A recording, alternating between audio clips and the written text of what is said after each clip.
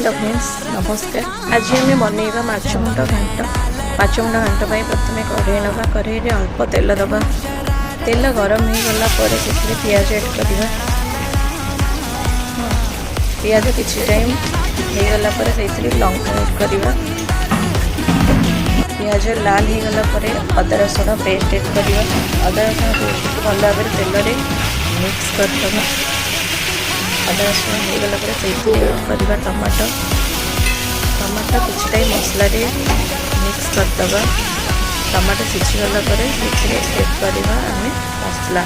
मसला हलदी लंका गुंड लुण जीरा गुंड धनिया गुंड एड करेंगे।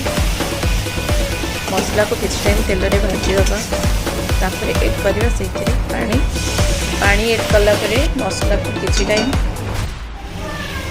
पानी रे घांटी देवे। मसला जो तेल छाड़िया पर्यंत मसला को कषिबे। एबे आम मसला रेडी हो। एबे ऐड करवा आम आगरू आपण माछ मुंड को भाजिकी रखिथे से आपण माछ मुंड को ऐड करेंगे। मसला रे भल भाव माछ मुंड को मिक्स करदे। एबे माछ मुंड आम मिक्स हो गला। मिक्स कला से भल भाव किसी टाइम कषिबे।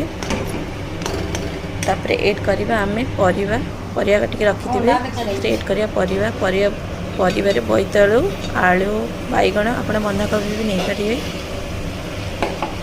भल भाव परिवा को मिक्स करदे मसला और माछ मुंड सहित। ये आम परिया मिक्स हो गला। आम ए परिया को सिझापी किसी टाइम सिम रे बसई दबा।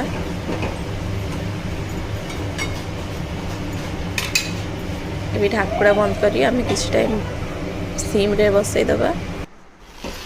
एबे हमर परिया सिझीगला। भल भाव परिवा सिझिकी माछ मुंड मिक्स हो गला। सब सिझी जाइए भल भाव। एबे ता ऊपर धनिया पत्र ऐड करवा। तापर किसी टाइम आम ताकू छाड़ी दबा।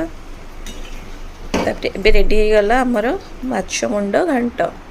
ताकू एबे सर्व करवा। बहुत भल लगे। आपण थे बनई कि देखंतु।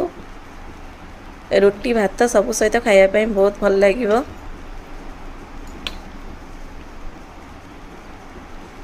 एबे हमर रेडी हो गला माछ मुंड घांट। रहुची जय जगन्नाथ।